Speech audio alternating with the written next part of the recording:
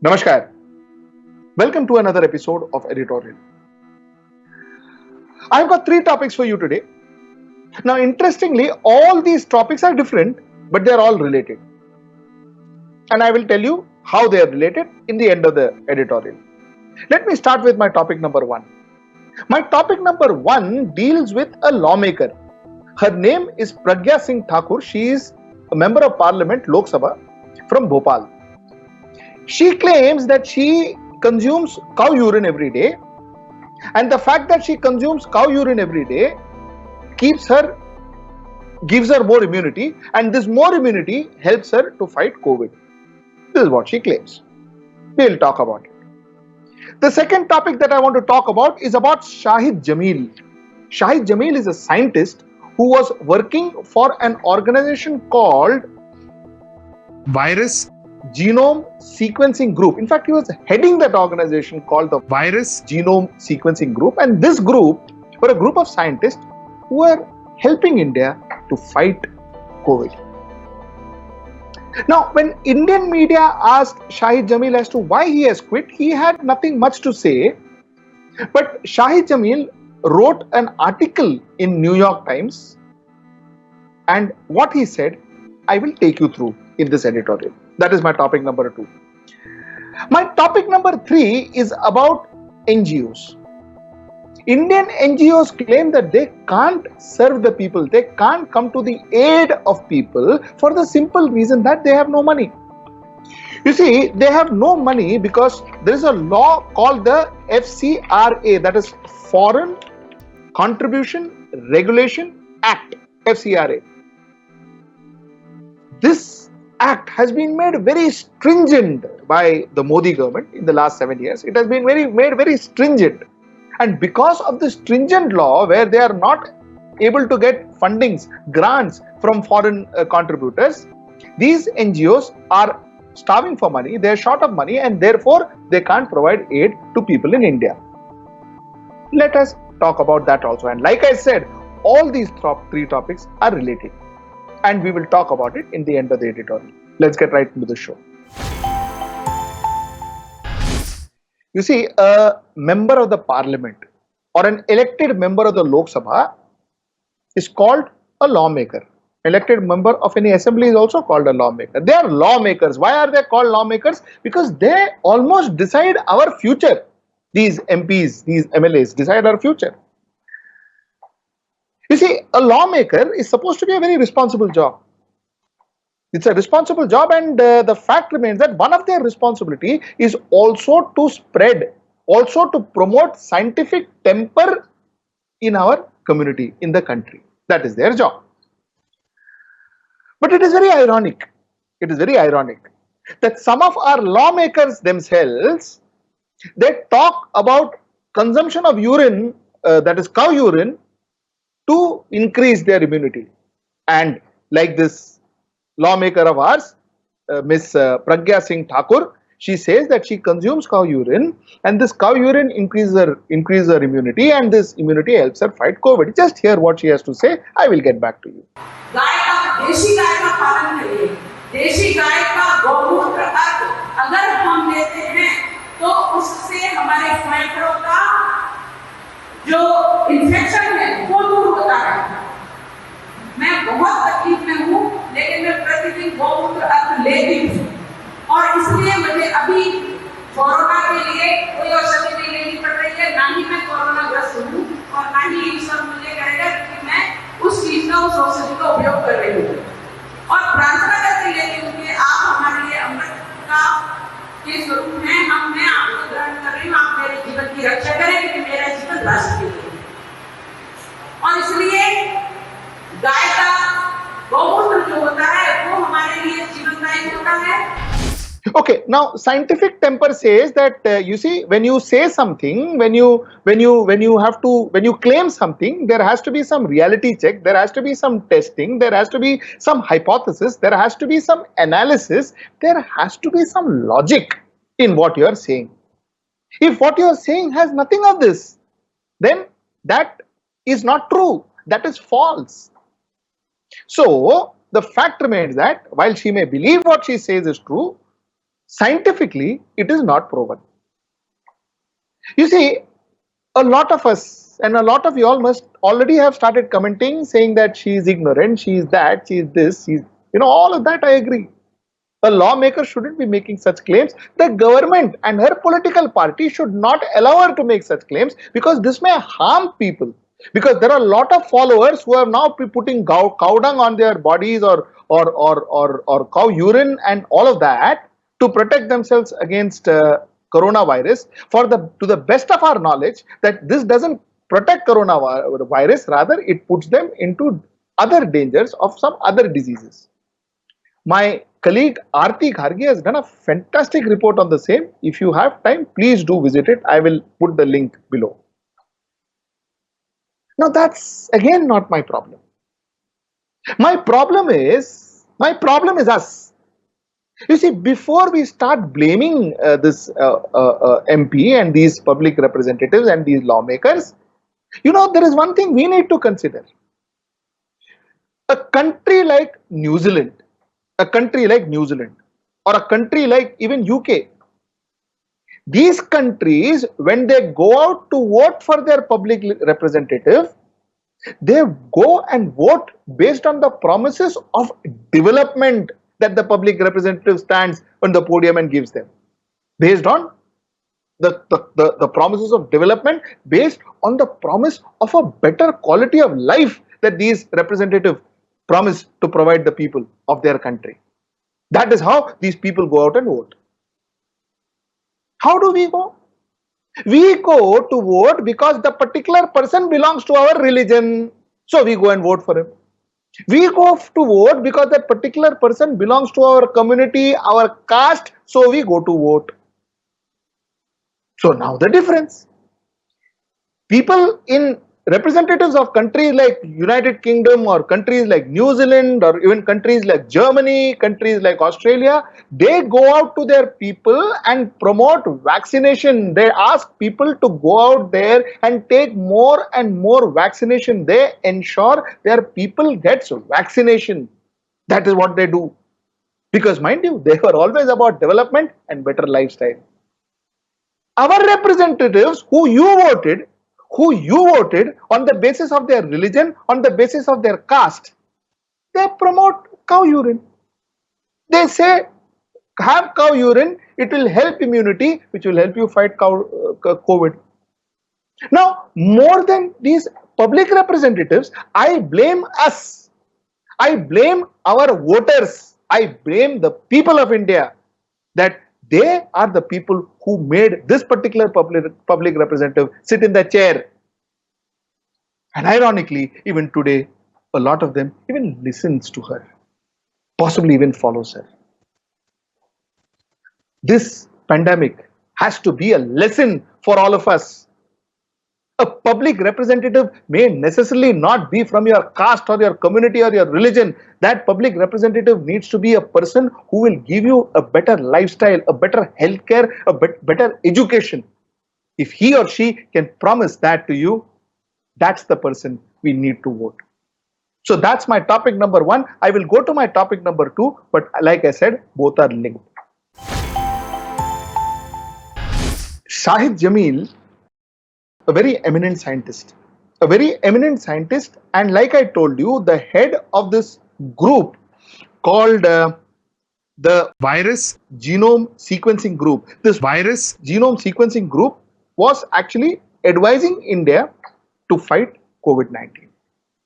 It's a very elite group that was advising India.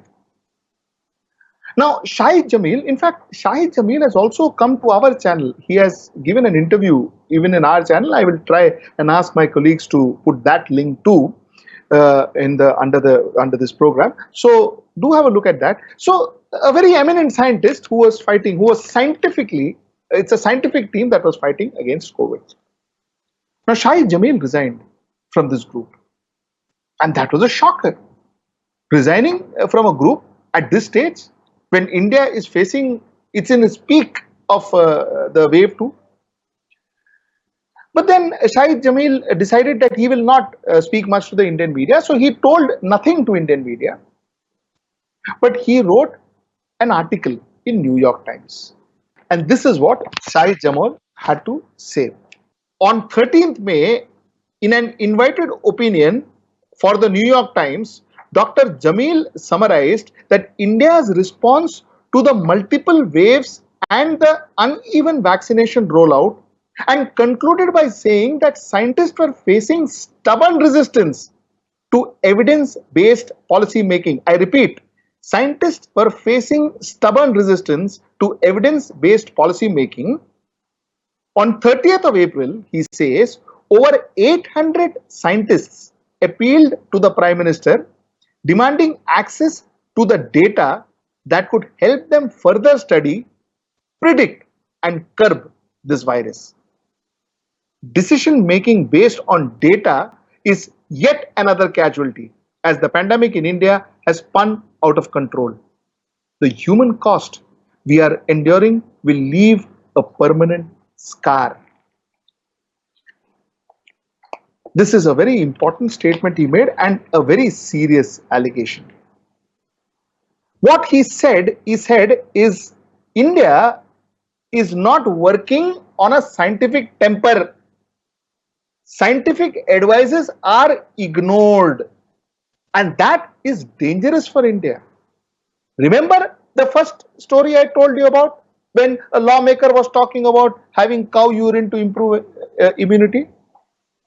When such lawmakers, when such representatives of the people, constitutional authorities, when they go out and talk about cow urine, obviously scientific tempers and people like Dr. Shahid Jamil are going to suffer. There will be two sets of thought. One is the cow urine and second is vaccination. He says people are not, the government is not giving impetus to scientific temper. The second allegation that he made, and which is also very serious, is that 800 scientists, he claims, on the 30th of April had written to the Prime Minister, okay, listen, Prime Minister, sir, give us data.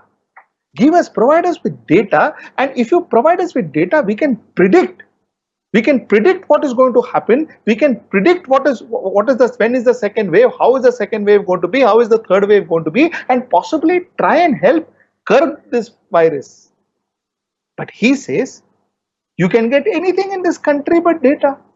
Data was not provided to them. May possibly the government doesn't have the data, or it was not provided. Both cases, bad. He says the cause, the kind of death that has been caused now is due to these kind of decisions that the government has taken. Not allowing the scientists to be on the forefront to fight coronavirus, not giving them enough data, not giving them enough infrastructural support is the biggest problem that the scientists are facing, and possibly that is the biggest problem that our country is facing to fight coronavirus. And that's exactly what Dr. Shahid Jamil said. Now, this is a warning signal for all of us. Again, like I said, something that I will not blame the government alone, I will blame myself too. Because finally, who put these lawmakers there? We did. Why did we put the lawmakers there? Because he belonged to my religion or to my caste. So all of this now is linking, and I am repeating my sentence again and again, is because it is time we Indians realize where our folly lies and what was the mistake that we did. During this pandemic, one thing we have noticed is we had to take a lot of aid from a lot of foreign countries. A lot of countries, people say, gave us aid because we gave them vaccines, but a lot of countries gave us aid because we needed aid. I, as an Indian, absolutely grateful to each of these countries who has given us aid. Now this brings to my topic. A lot of NGOs says that, Baba, listen, we cannot help people because we don't have money. We don't have money is because there is tremendous restriction. There is tremendous restriction on us to collect money from foreign countries. This is under this act called the FCRA, which is Foreign Contribution Regulation Act, FCRA. FCRA was one act that was made very stringent by this government. And this government made it stringent because this government said that a lot of NGOs here are misusing foreign funds. The government said a lot of NGOs are acting against the government or talking against the government by taking funds from these foreign countries. The government said possibly a lot of NGOs are doing anti-national activities by taking funds from these foreign countries. Now, the fact remains that the situation is such that these NGOs who could have otherwise helped the people in need are not able to because there is no funds. Is the government doing their job? That too is not happening. Are we getting our oxygens right? Not really. Are we getting our medicines right? Not really. Do we have enough vaccination in this country? Not really. So it is not about na khaunga na khane dunga. It almost sounds like na karunga na karne dunga. How fair is that? Is the question I ask tonight. You see, it is very, very important. It is very, very important that we vote our representatives right. And this pandemic, the COVID-19 that India faced has taught us that one very, very important lesson. Our priorities all these years were all wrong. We have to wake up and smell the coffee. Our priorities were wrong. We were voting for the wrong reasons. And none of those reasons, none of those temples, those masjids, those mandirs, those statues, none of those things came to our aid, did it? None of those asmitas and jagore and none of those things came to our aid, did it? The biggest khatra that was on Indianism or on Indians was COVID and not anybody else. While we were supposed to stand together and fight COVID, we were busy fighting each other even when COVID happened. Today people are dying, and I am sure that none of us, there is nobody in this country who doesn't have a friend, relative, close relative who has not passed away, who COVID has not taken away from us, including me. At least now India should realize that when we cast our vote, please cast for the right reason. Otherwise, for the rest of our life, we will be served cow urine as immunity drug.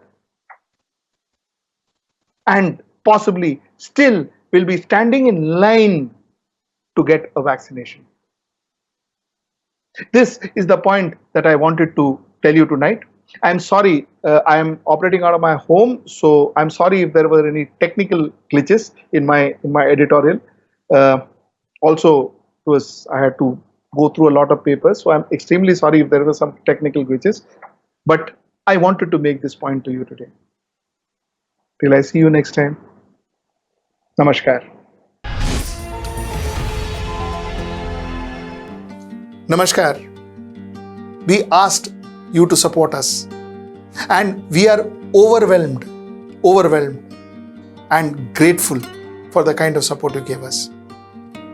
A lot of you all told us that you find it difficult to support us through Facebook or through YouTube, and you would like to directly come and take subscription on our channel.